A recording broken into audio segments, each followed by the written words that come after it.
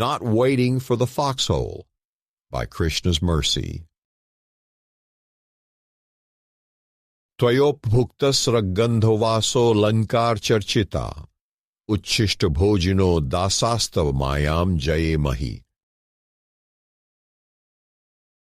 Quote, My dear Lord, the garland, scented substances, garments, ornaments, and other such things that have been offered to you may later be used by your servants. By partaking of these things and eating the remnants of food you have left, we will be able to conquer the illusory energy. Uddhava, Shrimad Bhagavatam 11:6-46. I took birth in the culture. I am trying to carry the torch, to pass it forward, as they like to say. I was not always like this.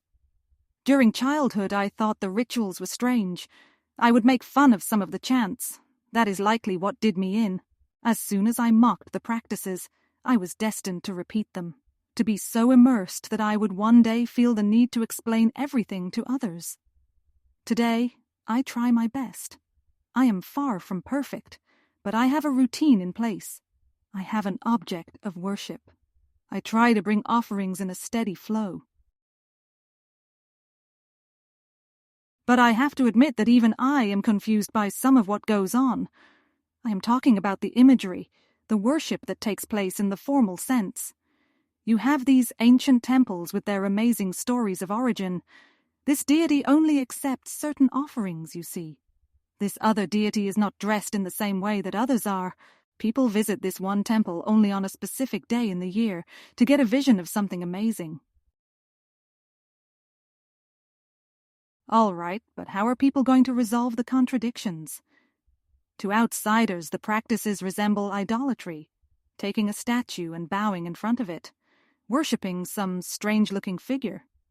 For the skeptics, their faith prohibits anything resembling worship of the deity. They point to some commandment as the basis for their objection. How do we explain to them this timeless practice of archanam, which is worship of God in the saguna form? There is the saying that there are no atheists in foxholes. The context is a military conflict. If you happen to find yourself in a foxhole, you are likely in trouble. Bombs are blasting nearby. There are enemies just waiting for you to emerge.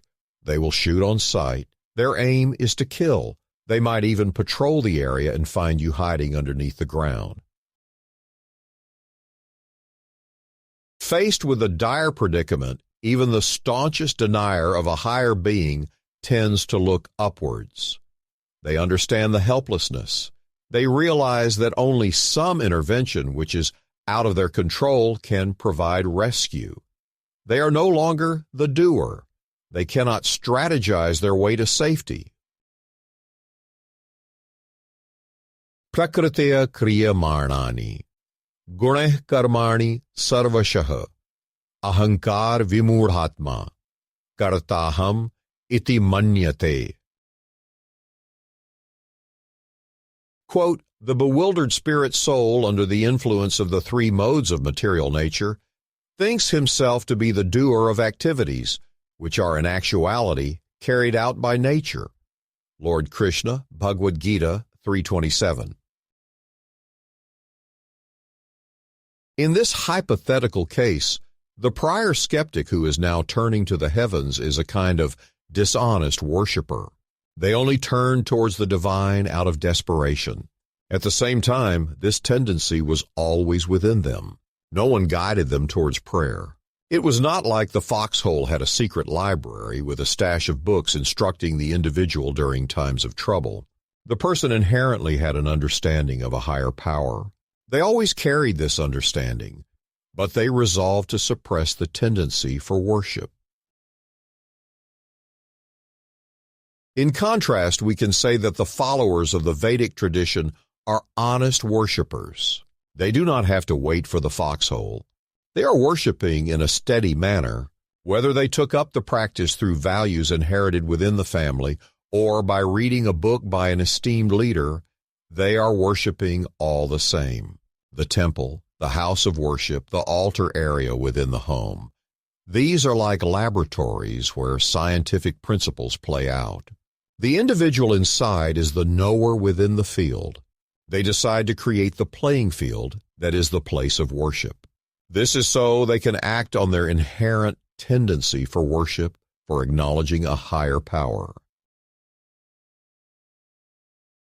Better to worship without shame.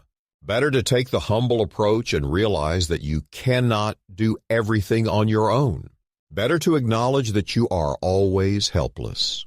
The difference between man and God does not manifest only in times of desperation. That difference is constant.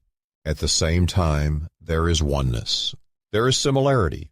This is the basis for the relationship, as nicely explained by Chaitanya Mahaprabhu through the philosophical conclusion of Achintya Bheda Tattva. Quote, Lord Chaitanya instructed the mass of people in the Sankhya philosophy of Achintya Bheda Tattva, which maintains that the Supreme Lord is simultaneously one with and different from his creation. Lord Chaitanya taught this philosophy through the chanting of the holy name of the Lord, Srila Prabhupada, Chaitanya Charitamrita Preface. When there is honest worship, what are the worshipers asking for? There may be variety depending on the circumstances of the individual. Someone like Uddhava says that the worship automatically accounts for the illusory energy. The false distinctions of I and mine are eliminated through worship of Sri Krishna, who is the Supreme Personality of Godhead. More importantly, such worship keeps God close by. That is the best kind of worship, and the urgency is now. No need to wait for reaching a higher standard in an institution. No need to patiently await a future state of maturity. The worship can begin today, such that the same Krishna who spoke to Uddhava can feel close by, like he is my constant, well-wishing companion. Manmana bhava bhakto, madhyaji man namaskuru, mam evaishyasi yuktvaevam, atmanam matparayanah. Quote, engage your mind always in thinking of me. Offer obeisances and worship me. Being completely absorbed in me, surely you will come to me. Lord Krishna, Bhagavad-gita 9:34. In closing,